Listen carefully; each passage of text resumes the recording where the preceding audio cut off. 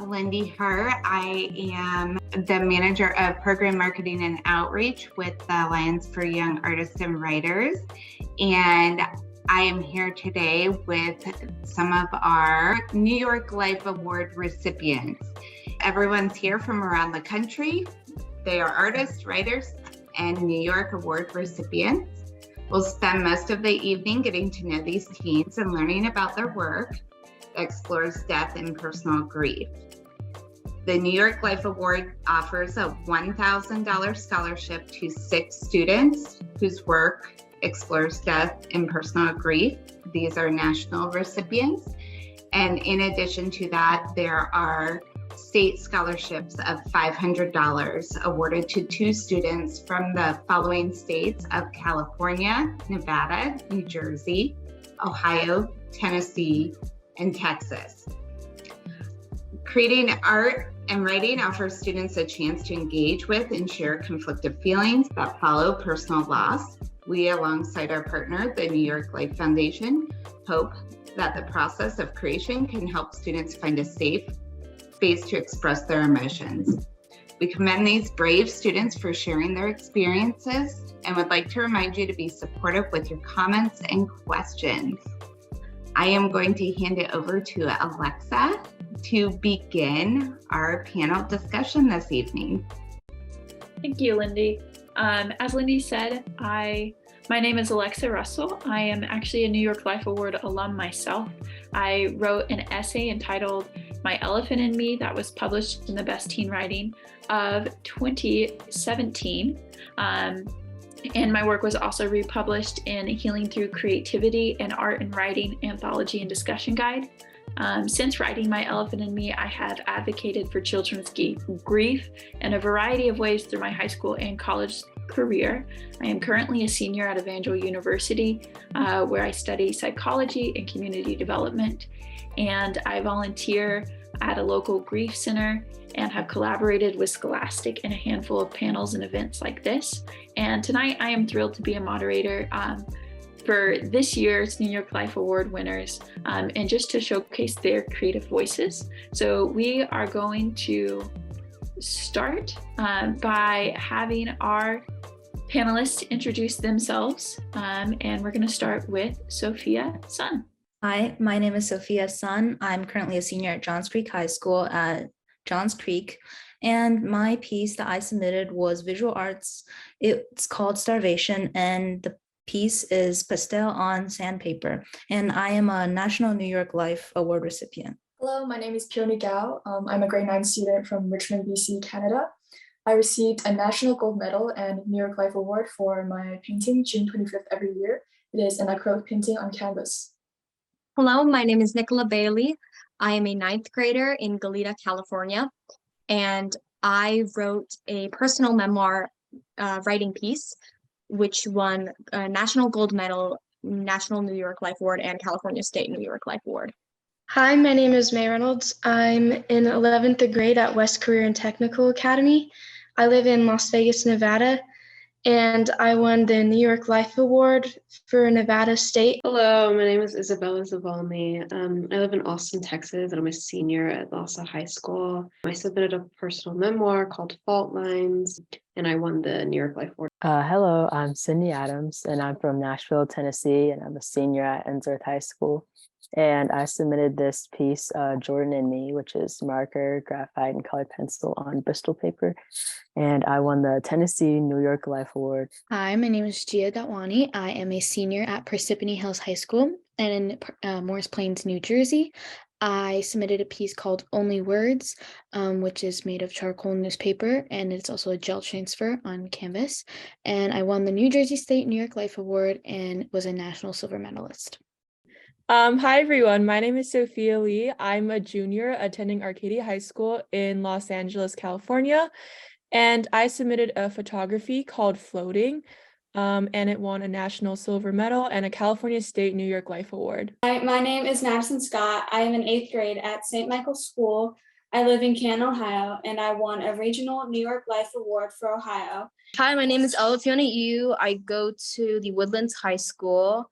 I've won the New York Life Award thank you to all of our award winners tonight. So you can just give them a round of applause. I know we can't hear the participants, but we are so honored to get to hear a little bit more about your guys' works and to hear from you. We have a couple of questions prepared for each of you to share a little bit more about your work and your story and how just the New York Life Award has intersected with your story. So the first question we have is, what is your artistic or thought process or creative process when making your work? So this can be an opportunity to share a little bit about the story and the grief that you were dealing with, but also just the techniques of how does your art medium work and how did you represent things in your artwork with your different mediums and things like that. So Sophia, would you like to start us off again? Yeah, of course. So for my piece, Starvation, in terms of my thought process, it was to really come to terms with my own emotions. And through this, I really wanted to depict a self-portrait, but with a focus on high contrast, really showing the figure as the central piece of the portrait. And I wanted to use pastel for this piece in particular to be able to get that sort of texture to the skin and to create that detail, the rumpled look to the hair, to really emphasize how I personally felt at the time, the sort of darkness that was looming over in my life. And that's a lot of the things that helped me come up with this piece, the composition. And yeah, I really wanted to make this piece something that stood out and had visual impact on the viewer. Thank you for sharing about that. So for my piece, when I was coming up with the idea for it, what my main inspiration was from how I see myself in the future, like dealing with the grief. My artistic process, I like to work alone and I listen to music to regulate my mood to kind of like correlate with what I'm painting. I take a lot of inspiration from what I see on media and other artists. I merge it with my own ideas to put in my work. Hi, so my process always starts with the idea has to come to me. Whenever I try to force an idea out of myself, it never really works. So for this piece, the best way I can describe it is it hit me right in the face. I was trying to process my emotions with grief, and the best way for me to do that was through writing, since the person who I had lost gave me my love of writing. So how I did it was I listened to music to just get myself in the mindset of writing. And I just put down all of the thoughts I was having at the moment. So it was really a journey of when I started the piece, I had no idea where it was going to end up. And it ended up so differently than I thought it was because it was really a journey for me to figure out what I was feeling at the moment. So that was the process. Thank you. And with your excerpt, would you mind reading it for us so that we can kind of hear your voice in your words? Oh, yeah. So my piece was called Fallen Eyelashes and Infinite Wishes. And a main overarching theme was wishes and how when, because my father died of cancer, throughout his whole journey with cancer, I kept making wishes that it would end. It would have, I'd have one more day, or it wasn't going to end the way it did.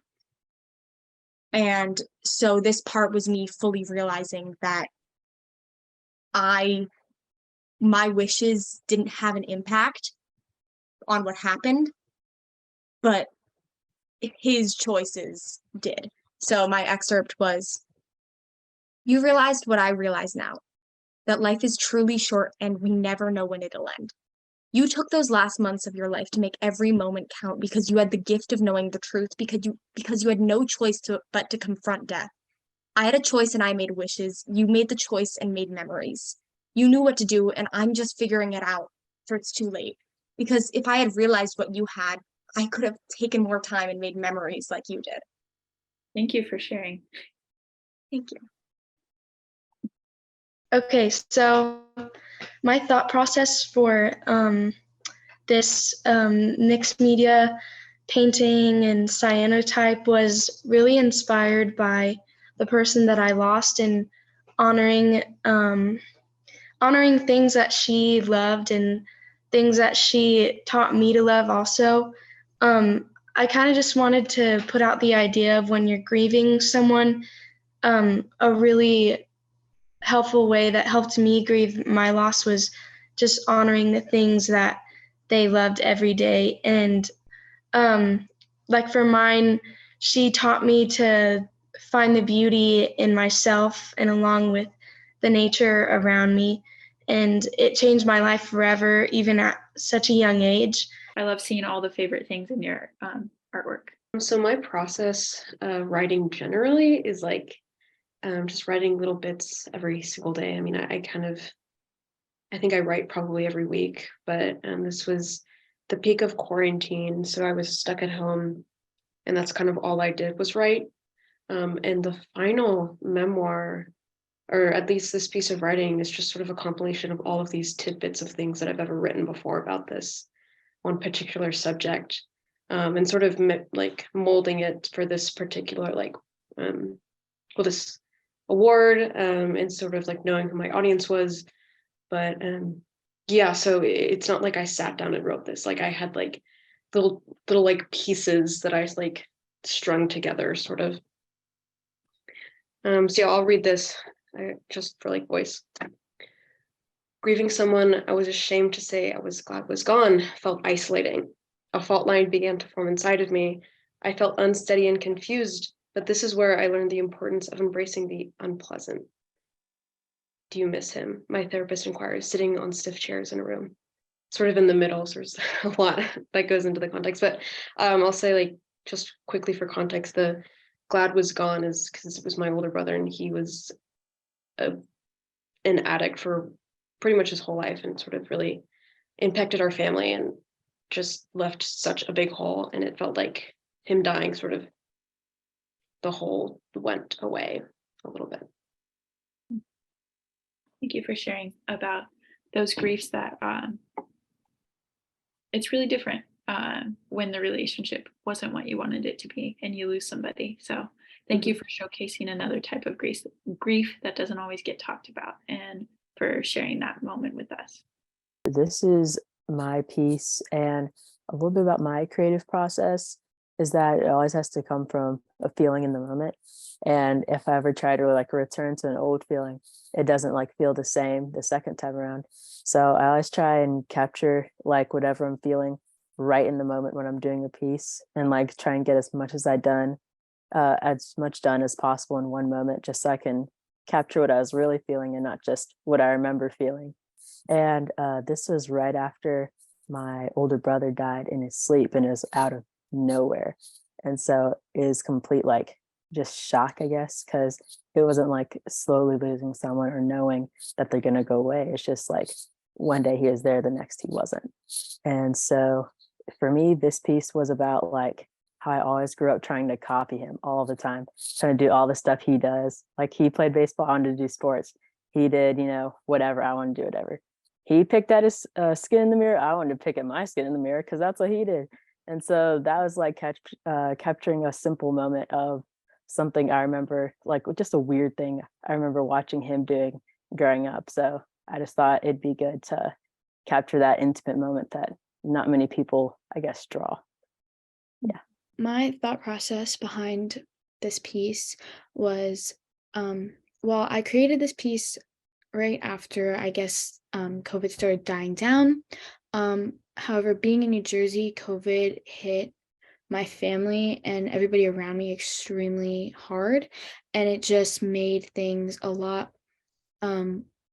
like the sense of normalcy when coming into the pandemic. You had all these family members, everyone was quarantined, but then coming out of COVID, a lot of my family members ended up passing away from COVID, and that was really my first real experience with grief with people that were close to me. And I ended up developing anxiety from it. And so this piece was a lot of like a visualization of my anxiety and panic attacks that I did experience from at a certain time about COVID and all of the things that were going on that just really made me feel grief and other anxious feelings. my art process when creating this, I just like brain dumped all of what I was feeling to like in order to be able to focus and actually visualize on what I really wanted to emulate with this piece.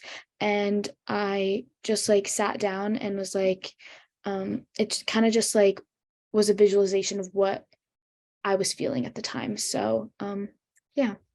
I would say one of the main things of what my photography kind of boiled down to was existential angst. At the time that so for some context, my piece is called Floating. It was taken at White Sands National Park in New Mexico. And at the time, I had had a really close family member pass away. And though I wasn't there with her, I kind of had this notion of heaven being a very white and a bright place full of light.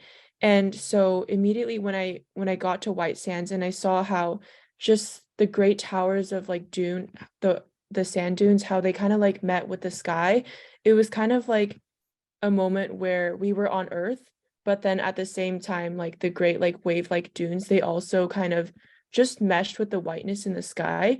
And it was kind of like an intersectionality of how I viewed we were on Earth, yet we were so close to death. Like death was right around the corner because of how close it looked, especially in the photo.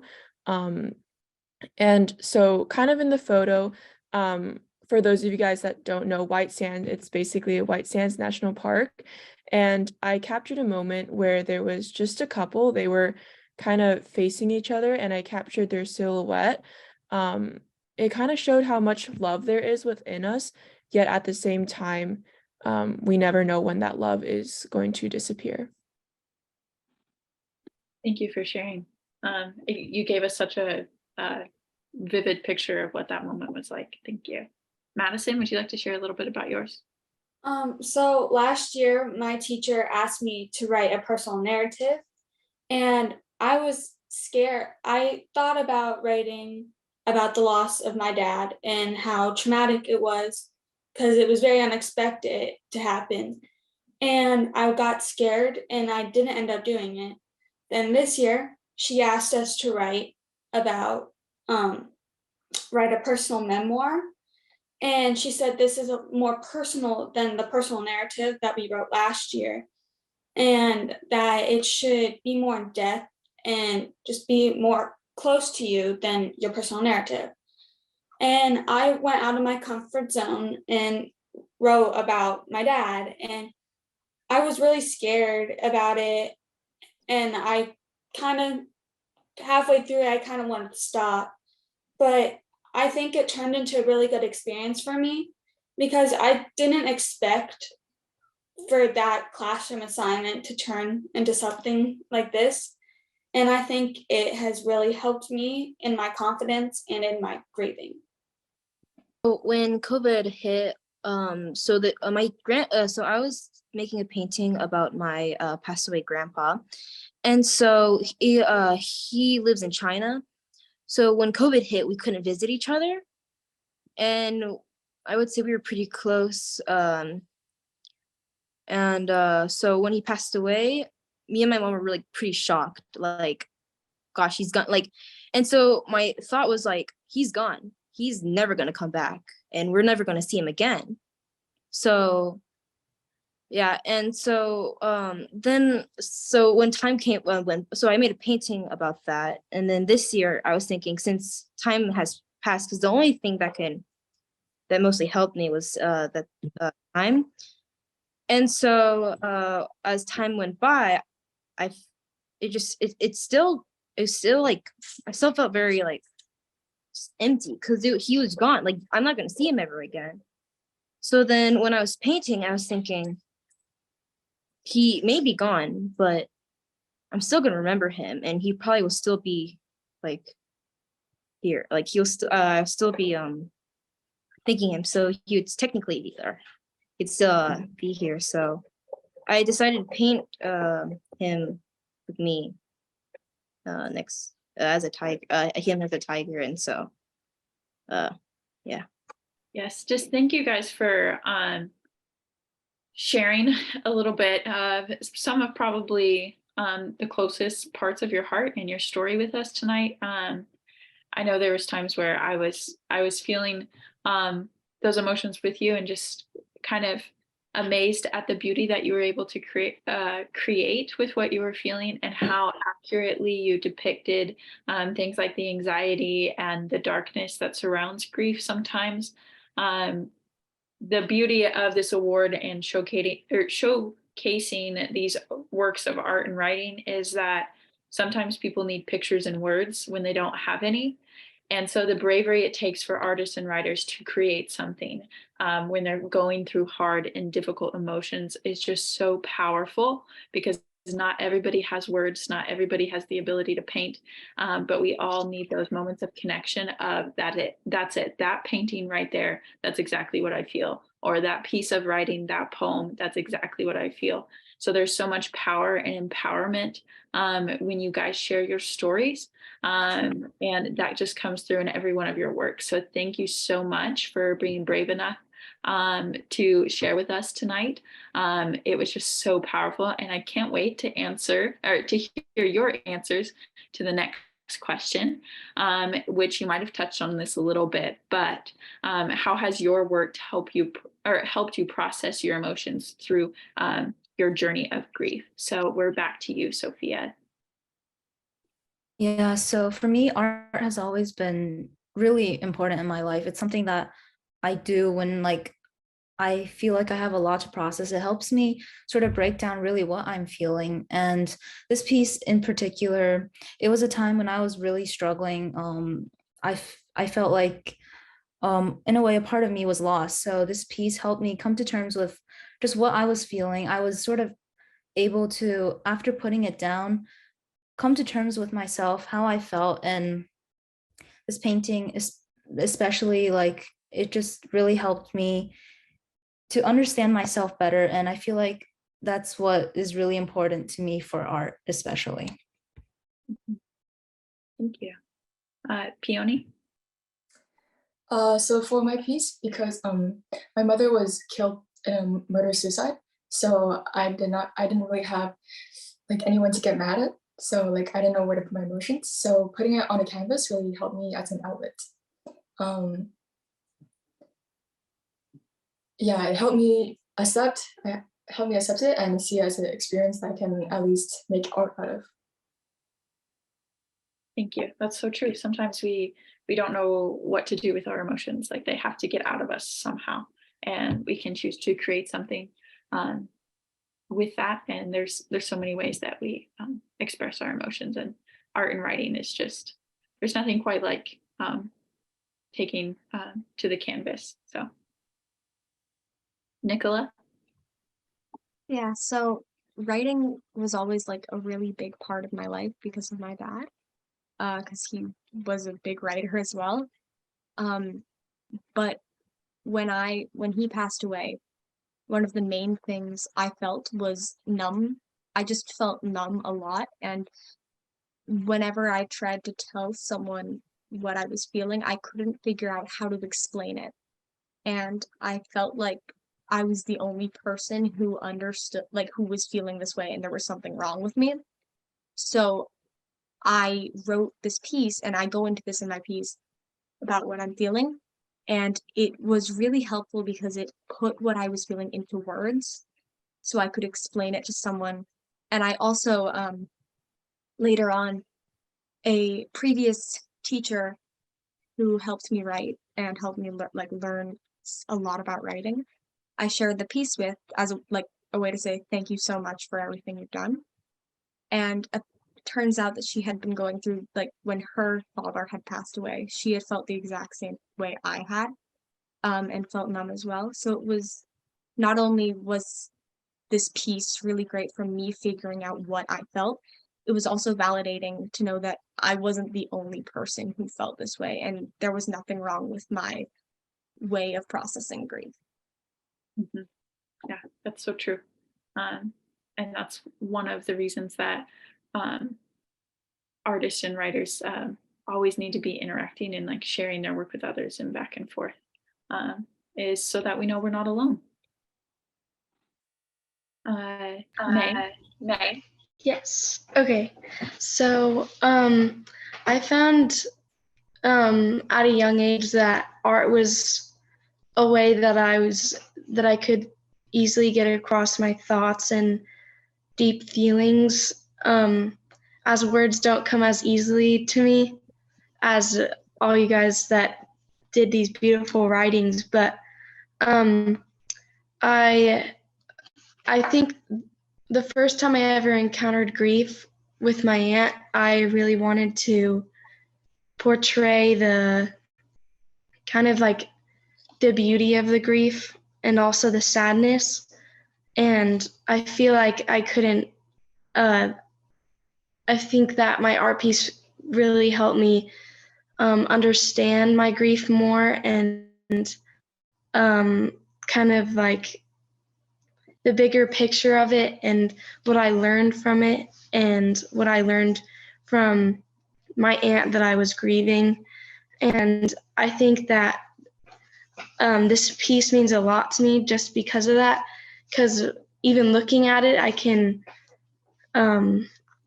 just feel the feelings that I was feeling during that time and the lessons that I learned from it and how much it changed me. And yeah. Thank you. Isabella? Yeah, so I think the biggest thing, for context, my piece is called Fault Lines, and a big theme is embracing the uncomfortable, given that like every time I felt like I was trying to explain it to like my peers, like they would, I don't know, it was just, I never really heard of a kind of like grief that didn't include like missing them. And I was like, this is weird. Like, I shouldn't even tell people about this. This is like strange and embarrassing. But no, I think the first time I ever felt like I need to be writing this down, like I really do, is when I wrote one of my like many like drafts of something. And then I shared it to some of my friends, just like when we were hanging out. And they were like, oh my gosh, I never knew. Like, I get it. Like, this was like, it's not weird at all, actually. Like, thank you for telling me. And I was like, oh, really? You're not like scared? Like, this isn't weird? And I was like, it was really huge for me. And so then I kept writing more and more. And at first it felt like I was wasting my breath trying to explain like why I don't miss him. But writing this down like in such a condensed version. By the way, this is also like my Common App essay for college. So it was also like, how can I shorten this as concise as possible while giving like just the right amount of information? So by the end of it, I felt like, yes, like this, nothing is wrong. And it doesn't have to be like everybody else's. Like grief is not like a formula, like it is personal for everybody. And yeah, it let me embrace the uncomfortable. Like I don't miss him, but that's okay because life goes on. And yeah, so. Yeah, there seems to be this theme where our art and writing, it helps us express our emotions because it brings connection. It brings connection to ourselves. It brings connection to other people. And it brings connection to our memories of the loved one.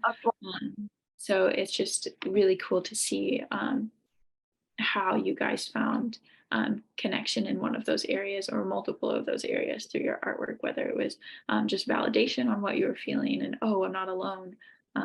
It was just really awesome to see that theme arise in our answers. But Sydney, you're next. This piece for me actually allowed me to have like a picture of me like as like a teenager with like a picture of my brother, because there's like a huge age gap. When I was like in elementary school, he is already halfway done with middle school, going on to high school. And so like we never had like those pictures of siblings that were like close in age. And so every single picture I would go to look back at, I was like a toddler and like it didn't like feel the same. So being able to have like a kind of more recent depiction really helped like mean a lot and helped me feel like closer to him. Yeah.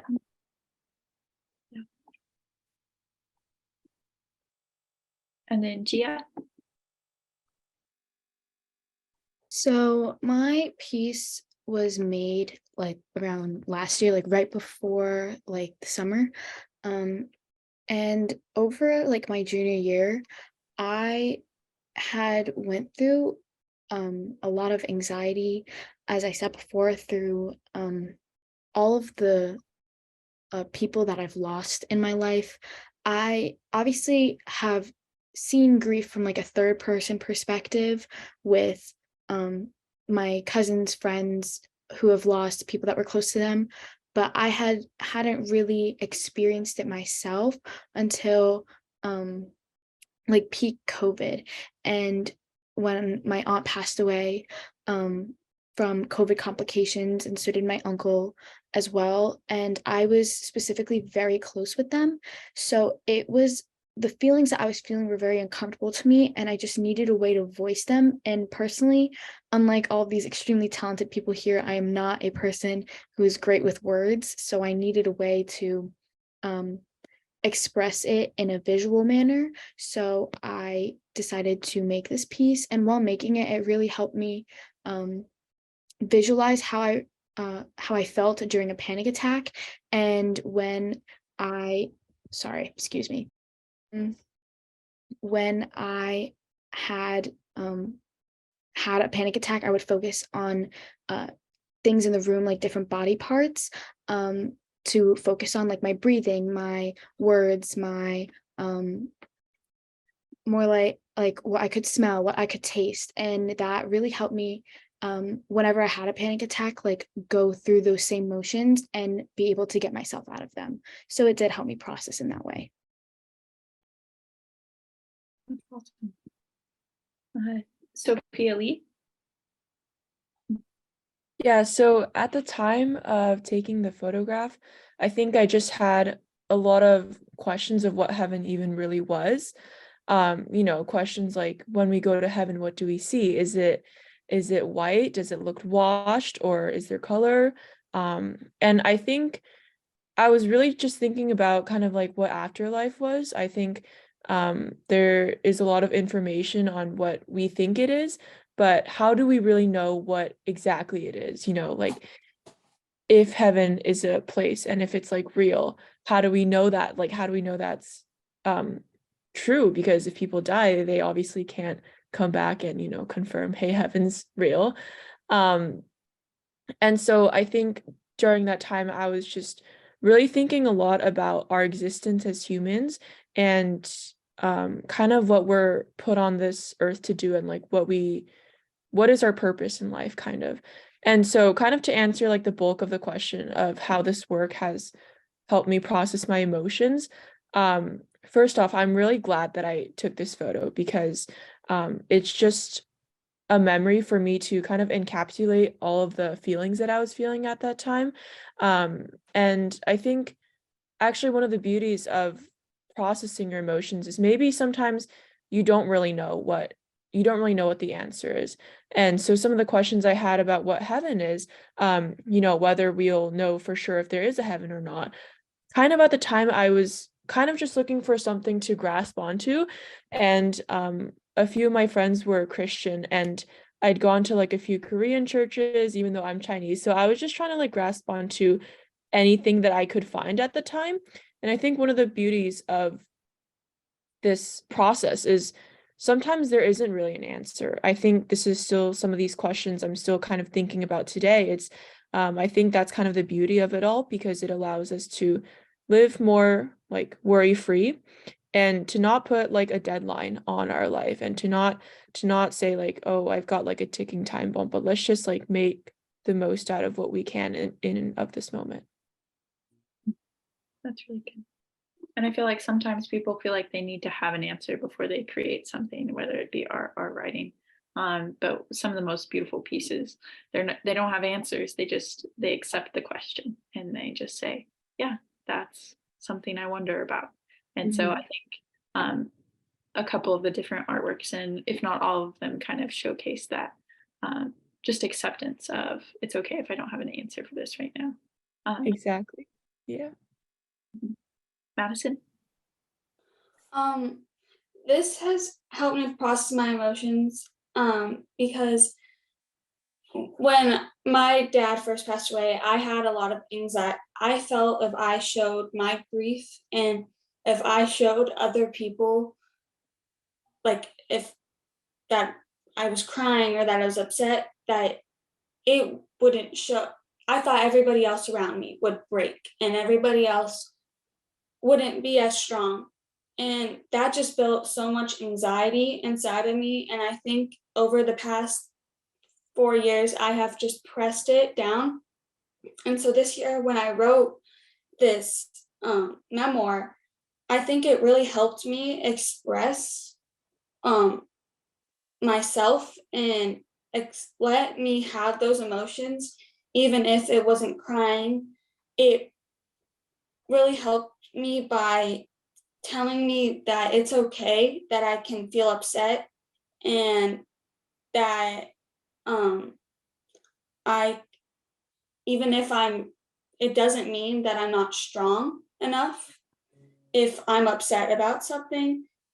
And I just helped me feel confident about myself and in my writing, since I have never won something like this. It really helped me feel confident, and I think writing in the future can help me process so much more of my grief. Thank you. And then Elva? Okay, so when I was younger, I really loved to draw. My mom would also sometimes be like, "Why don't you draw like what happens each day?" And as a child, I thought, "What's the point of drawing this? Like I could just remember." But so when my grandpa passed away, I was so worried that I would just like forget about him and like never ever like remember him ever again, and he would just be gone. So while painting this, it helped me like when I look at it, I always think he's always with us. As long as I remember him, he would be with me. So it just helped me like know that he would always be with us as long as we just know him, think of him and stuff. Thank you for sharing.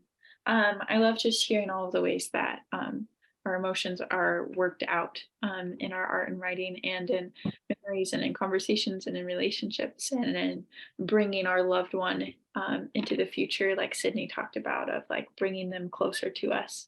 And so it's just really wonderful to see how having this award available has kind of spurred that on for some people, or just been a wonderful outlet and motivation to write something concerning grief.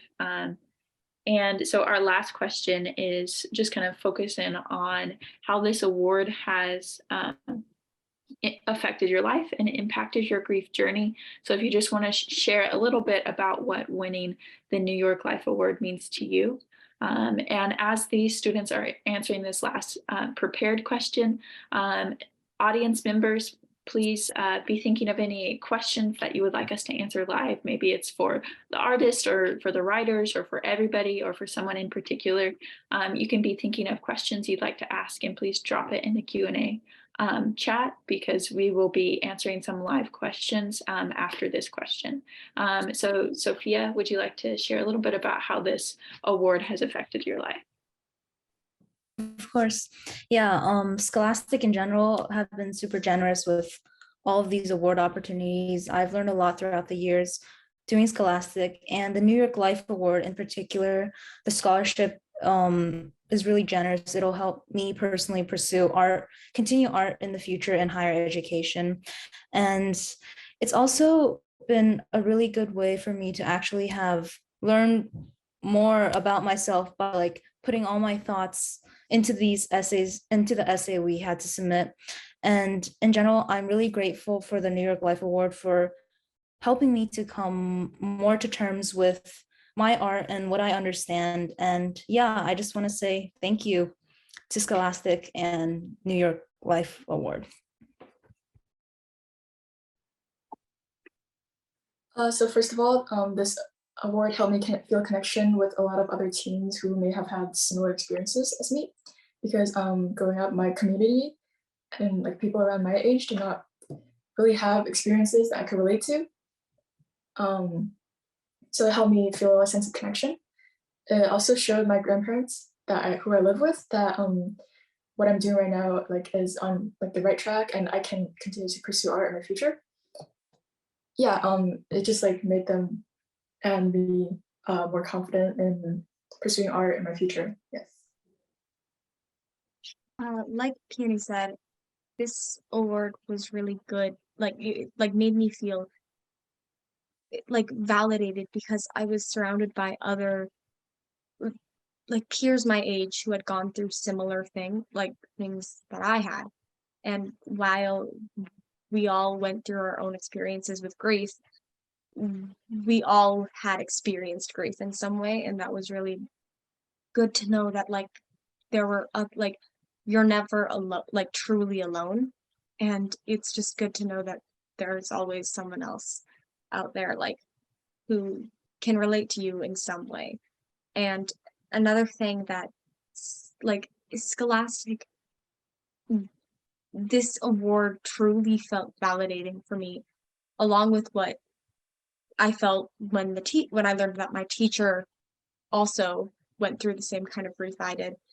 It also just was like the first kind of, hey, it's okay that you're feeling this way. Your grief is real too. And that just made me feel great because everyone else around me had been feeling something else, because grief is never the same for everyone.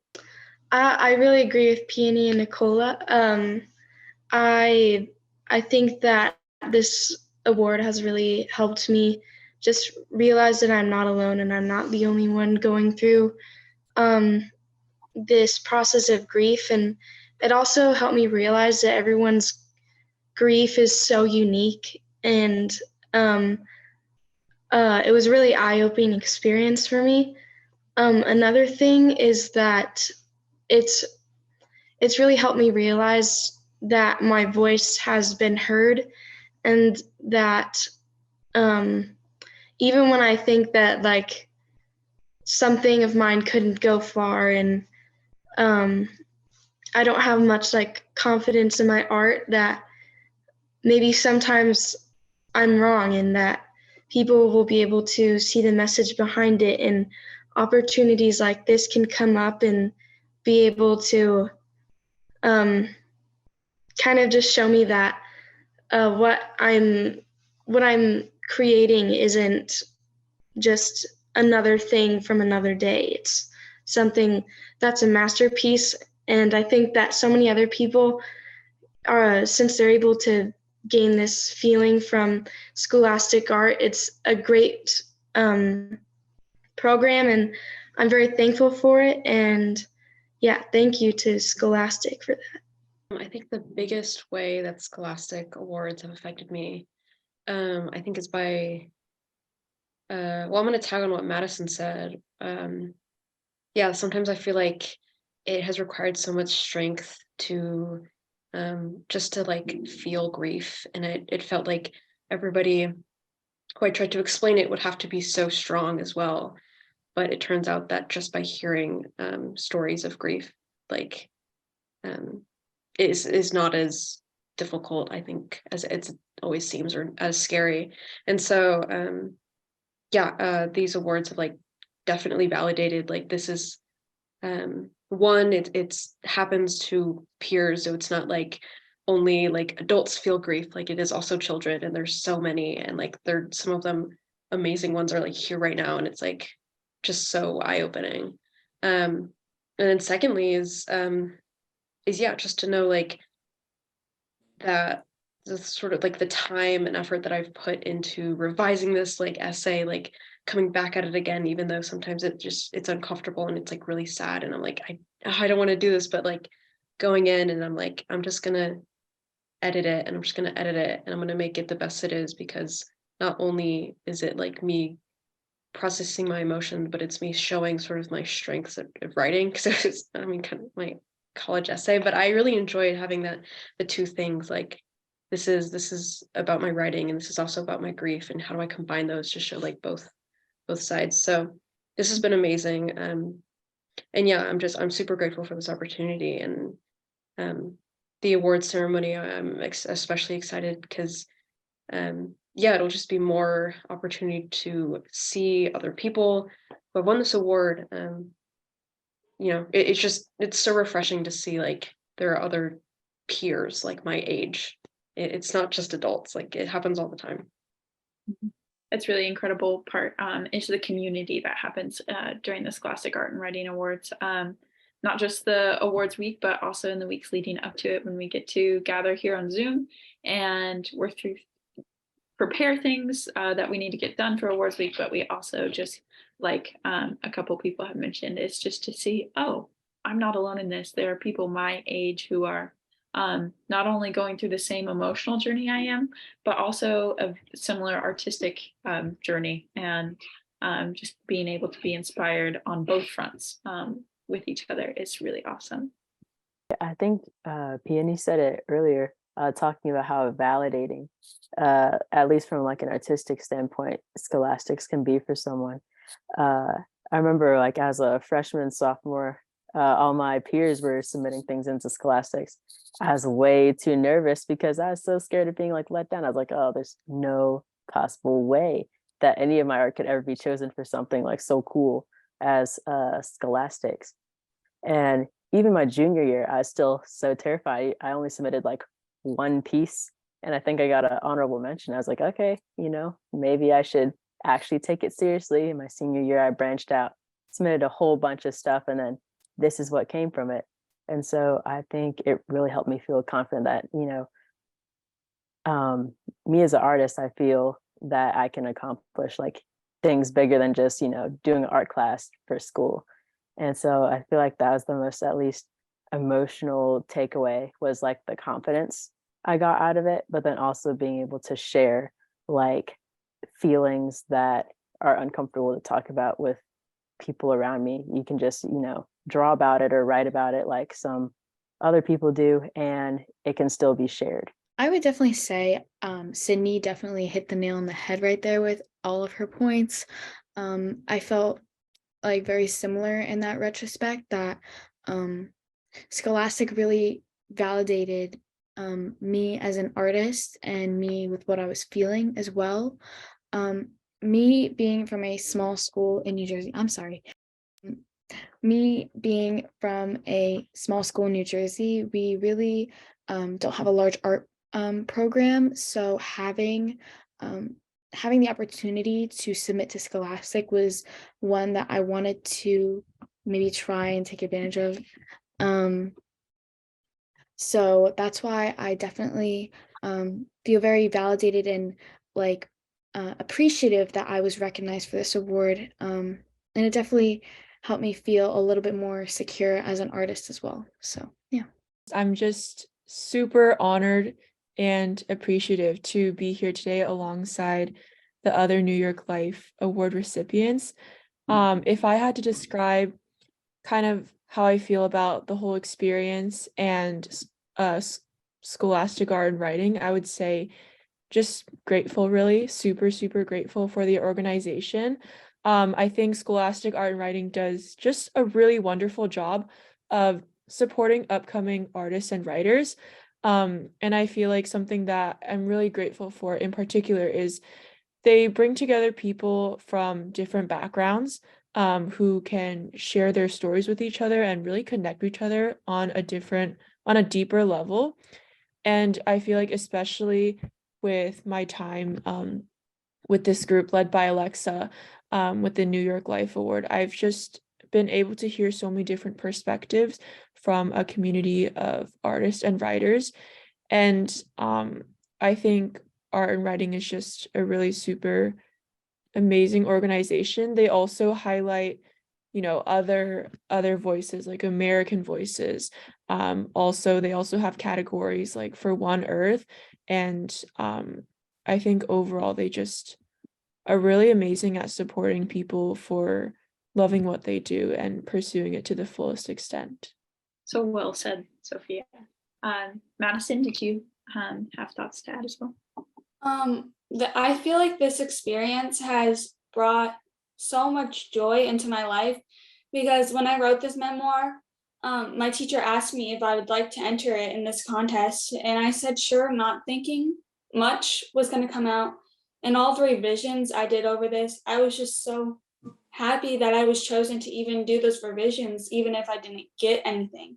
I just remember seeing her bright smile on her face, and my friends kind of off to the side thinking I was in trouble for something, and her saying that, and they all just cheered for me, and I felt so happy that my feelings were validated and that I could share something with people that I have not shared much about with others. And then I won the gold key, and then next thing I know, I got papers, and then I was counting down the days to March 23rd, hoping that I was gonna get even further in this contest, not expecting it, telling myself nothing's gonna happen, because I didn't want to feel the letdown of not winning. And in class that day, my teacher announced this to everybody, and I just felt so happy, and that I could share something with people, and that I got a group of people that have felt like the same way I have, that they didn't think anybody else felt this way, but they actually do. And so I think the group of people I have been with has helped me so much with my grieving process. So I just want to say thank you to Scholastic for helping me with that. So been a really smart, like good at like school, and I really loved drawing. But then I see other people who are good at school and really good at art, so I thought there's no chance I could be successful in art. But when I got to Scholastic and I won, I realized I could actually be successful in art and get way more art opportunities than I've ever wished I ever had. So that's basically it. Yeah, I think overwhelmingly, and even from my own experience, 6 years ago now, is that this opportunity really does validate something in us. It not only validates what we're feeling, but it validates like the possibility of, oh, this thing that I did kind of for fun and then kind of out of necessity and survival could actually go somewhere and bring life. It's not just a way to process grief, but it's a way to bring life and build a life. And so I definitely hear the theme of just validation of that experience. So yes, thank you, as everyone said, to the Scholastic Art and Writing Awards for providing this platform and opportunity to share just our journeys and our talents. So in the last couple of minutes that we have together, we are going to answer just a few questions live. So I will ask the question, and then panelists, if you want to answer, go ahead and speak up. If you overlap with somebody, then we'll just take turns. So don't be afraid of interrupting somebody. If that happens, we'll just go one at a time from there. So the first question is, we've kind of talked about how you used your gift in art and writing to express grief. But kind of on the flip side, how did your experience of grief affect the way you viewed your art and writing? So did your view of your talent shift, and how did that work if you were writing or painting or creating before grief and after grief? Yeah, I'll go for writing. I think especially before COVID, and for me, COVID like really affected our family dynamics. I mean, the addiction got a lot worse, and so that led to one thing after another. So writing became like a big focus for me. I used to think that I was kind of really only good at like visual arts, and I switched, and I realized like, oh, like this is another thing that I can explore. And like because I was grieving, I was able to like come up with these words to write down, and I was like, oh, I've never said this before, and now I'm writing it down. And then I keep writing all of these words that I feel like I've never even spoken before, about grief particularly. And I'm like, oh my gosh, like I'm writing an entire like memoir, and I feel like I don't even realize it. So yeah, like how has grief like affected my writing, and not writing affected my grief? Like it's, I think because I was sort of forced to like really feel these intense emotions. It almost like expanded like like I don't know, like my vocabulary, like how I write, like I'm putting it down on like with words. So yeah.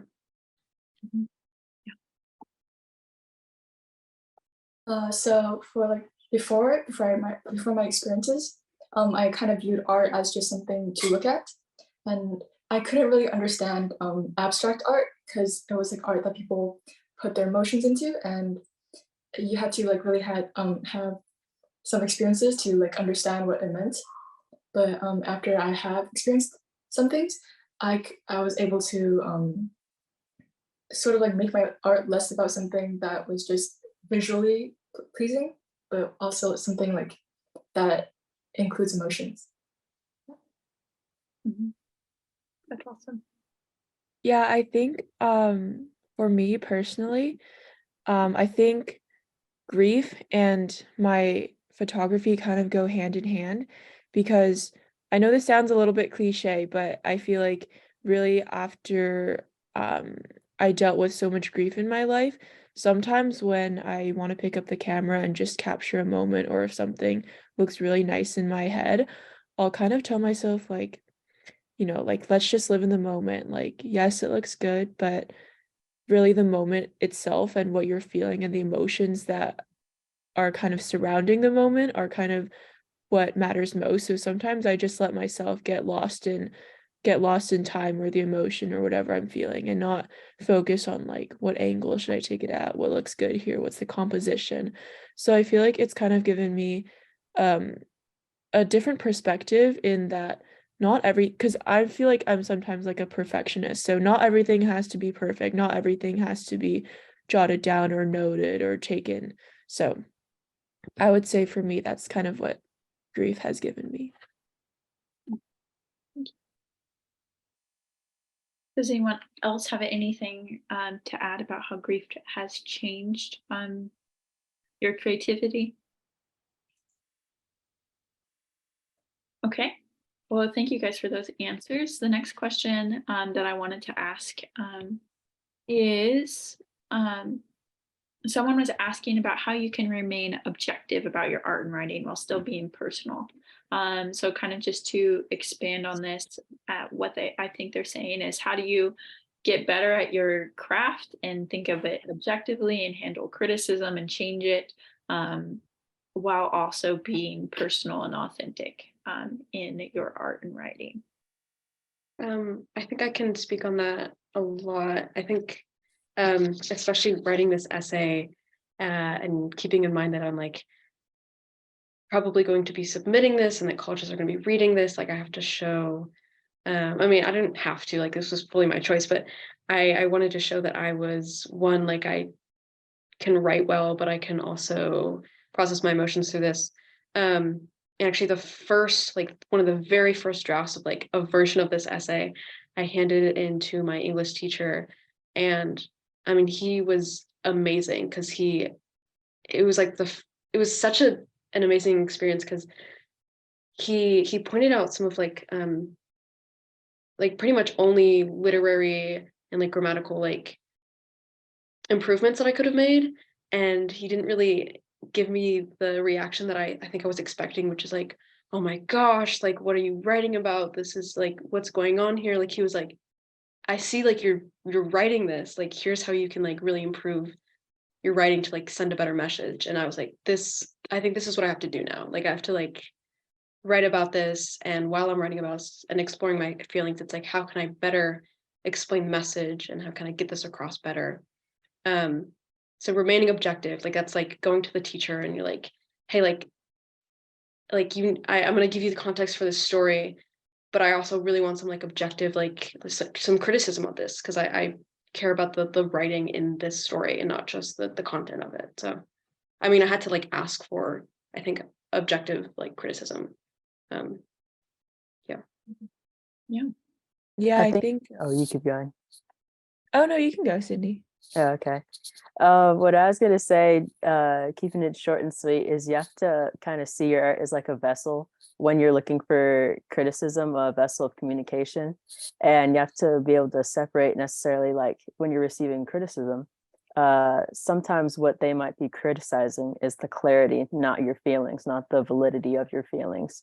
So sometimes the best way to go about receiving a critique is how can you make your emotions about what you're putting into it more clear to whoever is viewing it, not necessarily like that your feelings are wrong, just how can they understand it more clearly.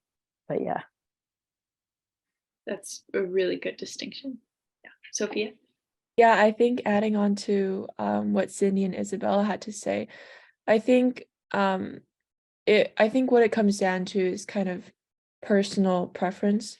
I did win an award for photography, but I also write poetry. And I think what's really important is knowing that this is something that is personal to you. Writing or creating art that is something that you're comfortable is really important, because you don't want to, put stuff out there that you wouldn't be comfortable getting advice on. But also touching on upon what Isabella said, you really want to make sure that if you have someone that like looks over your art or your writing, it's someone who you trust. And I think it's important to I think the beauty of kind of creating art is that it's up to whoever's creating it. It's up to whatever they want. So adding in whatever you feel comfortable is, I think, something that is really important to consider. Along with what Sophia said, I fully agree that if you're having someone, like if you give your piece to someone and say, hey, I was wondering if you could help me make revisions on this, give it to someone you trust. Because if it's someone you trust with everything personal, you also trust them to tell you the right thing. And like what many people have said, sometimes it's about clarity and sticking to your message. I remember I wrote this part of my piece that this one sentence that like meant the world to me, because I thought it was really cool, and it was, wishes are granted and wishes are taken for granted. And I loved that like wordplay. And the person I gave it to like give me like a little bit of revisions said, this doesn't really go with the overarching, like she said, I know what you're trying to achieve here, but the wordplay doesn't go with your message. And I was like, cool, how can I change that? Because it's just, you need to have someone who you trust to give you what you need to hear, so that you still like, you understand that they understand you, and that they fully like, and that you can trust them with what you're giving them, and that they will help you with your piece in a way that's going to help you and not feel like they're criticizing your experiences and not you, and stuff like that. That's awesome. And I think there's picking up on the different needs that we have when we share our art and writing. Sometimes we're needing people to validate our emotional experience, and we go to our safe person and say, hey, this is the first time I'm expressing this emotion outside of my head. It's like, how can I share this emotion with you? And in that moment, we don't need criticism on how we used a comma or how this works in our art or anything like that. So recognizing, oh, in this moment, I need emotional like validation, and I'm sharing with that purpose in mind.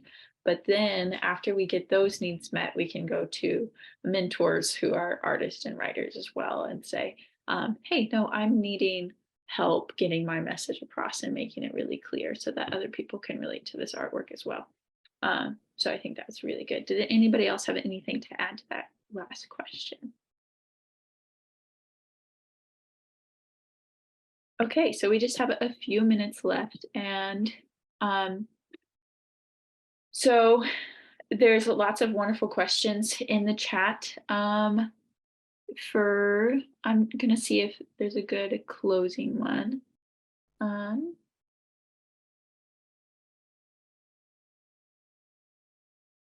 Just one I'm just going to open it up. There's lots of wonderful questions. Artists and writers, if you want to look at any of those questions and type out your answers, you're free to. But does anyone have just any closing thoughts that you'd like to pass on to somebody who's thinking about participating in the Scholastic Art and Writing Awards, or even the New York Life Award? Yeah, I was going to touch on that. So I think one of the things that I was thinking about when Madison was speaking was that I know like a few of the award winners, they've submitted stuff in the previous years, but like genuinely when I say this, like when I submitted my photography and my art pieces, like I was not expecting this like at all. I'm pretty sure like on a whim, I was like, hey, like, why not just share my story? So I kind of just wrote about it. And I feel like if this like inspires anyone to apply, please do, because I feel like everyone has such a unique and such a meaningful story. This is the first year that I submitted anything to Scholastic Art and Writing, and this is the first year that I even heard about the program as a junior in high school. But I would really encourage everyone who has a story, who has anything, just to really put it out there and to share it with people, because you never really know kind of what it can do for other people. And I feel like just giving yourself a chance is really important. That's really powerful. Thank you. Any other encouragements from you guys? Yeah, I completely agree with Sophia. Everything she said is really right. And I also just want to say that don't be scared to submit, like, even if you don't win, it's okay, because I think judges all have their own opinions, but what's important is learning to come to terms with like putting yourself out there and like just giving it a go and not being too worried about the end result.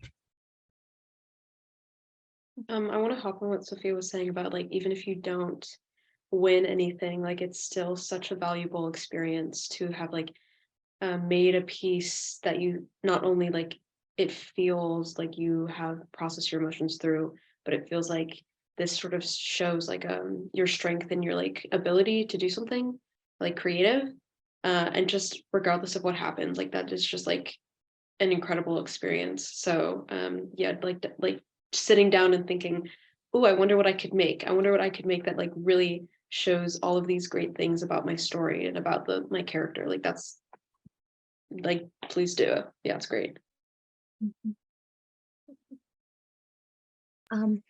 I think adding on to what everyone's said so far, and I know everyone has talked about this, but even if you don't win, I think that it's such a good opportunity to just write something just for the sake of writing, or create something for the sake of creating. And even if you don't win, you still have a piece of work that came out of this, or multiple, or you have a new revelation about yourself, or you've discovered something, or you discovered you like something, or you don't, but you know more, and you have something to hold on to that might not be an award, it might be an award, but at the end of the day, the piece that you created is one of the most important things that comes out of it. That's awesome. It really is a process of not only connection with others, but self-discovery. Like it has inherent value just to be able to create and bring something into the world. That is our time for the evening, but I just want to again thank all of the panelists who participated. And then Lindy, if you have some closing words for us.